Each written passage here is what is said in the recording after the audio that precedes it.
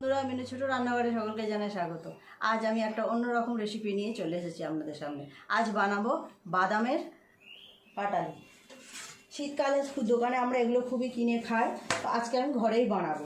নিয়েছি এখানে 200 গ্রাম বাদাম। এই বাদামটা কিন্তু কাঁচা বাদাম, এটাকে শুকনো খোলায় আমি হালকা করে ভাজা করে নেব। আর নিয়েছি চিনি আর বাতাসা, এই দু রকম দিয়ে আজকে আমি এটা বানাবো বাদাম পাটালি। আপনারা চাইলে শুধু গুড় দিয়েও বানাতে পারেন অথবা শুধু চিনি দিয়েও বানাতে পারেন। চিনি দিয়ে বানালে সাদা সাদা দেখতে হবে। তো বাদামটা প্রথমে আমি শুকনো খোলায় ভাজা করে নেব। আপনারা এইভাবে বাড়িতে একবার বানিয়ে দেখবেন। বাদাম দোকান থেকে তো আমরা সবসময় কিনে খাই বাদাম পাটালি, বাড়িতে এভাবে বানালেও বেশ খেতে ভালো লাগবে।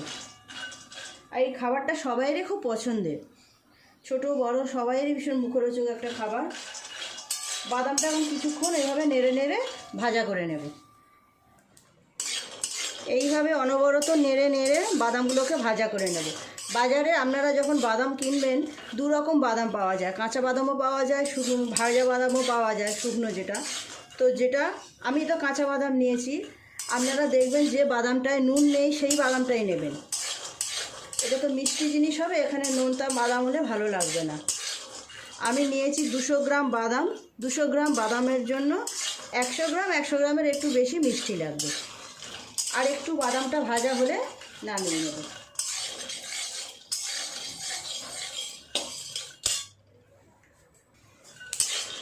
দেখুন বাদামের গাগুলো বেশ পোড়া পোড়া হয়ে গেছে, তো বাদামটা আমার ভাজা হয়ে গেছে।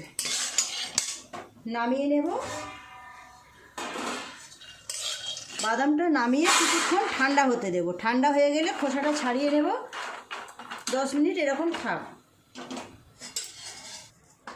বাদামগুলো তো ঠান্ডা হয়ে গেছে। এইভাবে সব বাদামগুলোর এইভাবে একটু হাতে চাপ দিয়ে ঘষলেই বাদামের খোসাগুলো সব পরিষ্কার হয়ে যাবে। খোসাগুলো পরিষ্কার করে নিয়ে আবার ফিরে আসছি। বন্ধুরা দেখুন, সব বাদামগুলো আমি সুন্দর করে খোসা ছাড়িয়ে এইভাবে চুবড়ির মধ্যে নিয়ে খোসা ছাড়িয়ে নিয়েছি। একটু একটু তো খোসা আছে, দেখবেন দোকান থেকে বাদাম পাটালি কিনলে তাতে একটু একটু বাদামের খোসা থাকে, দেখতে বেশ ভালোই লাগে। গ্যাসটা জ্বেলে দিই। মাত্র দুটো জিনিস দিয়ে কত সুন্দর একটা রেসিপি তৈরি করা যায়। আপনারা যারা বাড়িতে কোনোদিনও বানাননি এইভাবে একবার বানিয়ে নেবেন আমার কাছ থেকে দেখে। কড়াই গরম হয়ে গেছে, বাচ্চাগুলো দিয়ে দিলাম আর এর সাথে চিনি দিলাম। চিনিটা সবটা দেব না, এই থাক। এই মিষ্টি আর বাদামের পরিমাপটা কিন্তু ঠিকঠাক হতে হবে। খুব বেশি মিষ্টি হয়ে গেলেও এত চিট হয়ে যাবে, সে বাদাম পাটালি ভালো হবে না। অল্প একটু জল দেবো, একদম অল্প একটু, হাফ কাপেরও কম।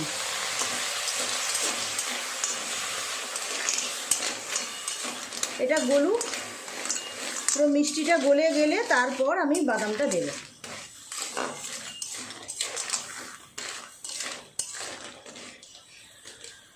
এটা গলে গেছে। এইভাবে অনবরত নেড়ে নেড়ে দেখে নিতে হবে কতটা চিট হয়েছে। এইভাবে আপনারা হাত দিয়ে চেক করে নেবেন।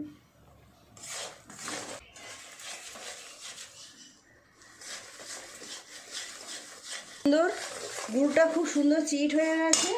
এইভাবে হাত দিয়ে দেখলে আপনারা বুঝতে পারবেন এই রকম হবে। বাদামগুলো এবার দিয়ে দেব। এই সময় কিন্তু গ্যাসটা একদমই কমানো আছে।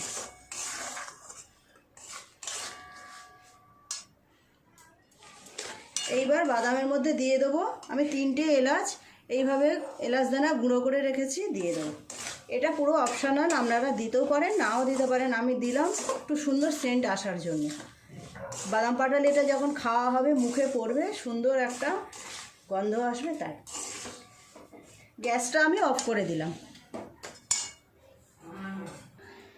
আমি এই থালাটা নিয়েছি, এই থালার মধ্যে ঢেলে দেবো। তার জন্য একটুখানি তেল দিয়ে দেবো।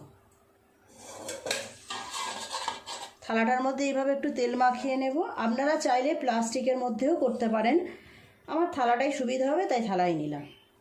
এবার এই পাকটা থালার মধ্যে ঢেলে দেব।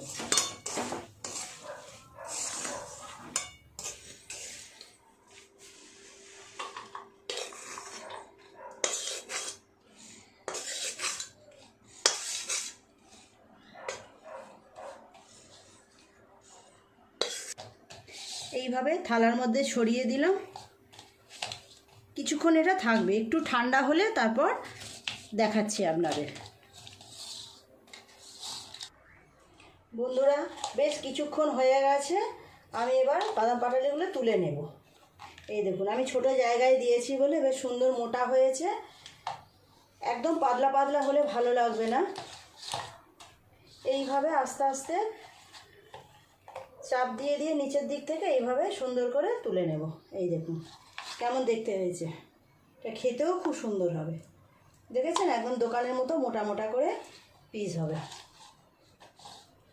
মাত্র দুটো উপকরণ দিয়ে এত সুন্দর একটা জিনিস বানানো হয়ে গেল। এইভাবে নিচের দিক থেকে একটু করে চাপ দিলেই উঠে আসছে।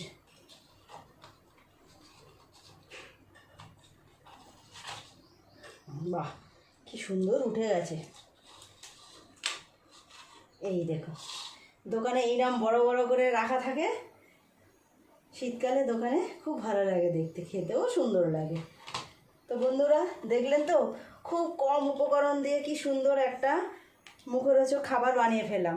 আপনারাও এভাবে বাড়িতে বানাবেন, কেমন লাগে আমাকে জানাবেন, কেমন হয়েছে আপনাদের রেসিপিটা।